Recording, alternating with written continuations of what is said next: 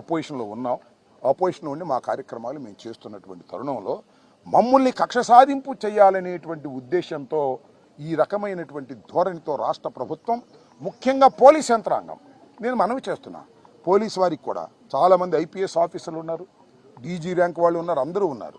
మీరు ఏ లోకేష్ చెప్పాడనో ఎవరి మీద పడితే వాళ్ళ మీద కేసులు పెట్టి అనవసరంగా తీసుకువెళ్ళేటటువంటి పరిస్థితి చేయటం, డీజీ స్థాయిలో ఉన్నటువంటి వ్యక్తిని వాళ్ళ అరెస్ట్ చేసి లోపల పెట్టేటువంటి కార్యక్రమానికి ఒక దుష్ట సాంప్రదాయానికి మీరు తావిస్తున్నారు, దుష్ట సాంప్రదాయాలను మీరు సృష్టిస్తున్నారు.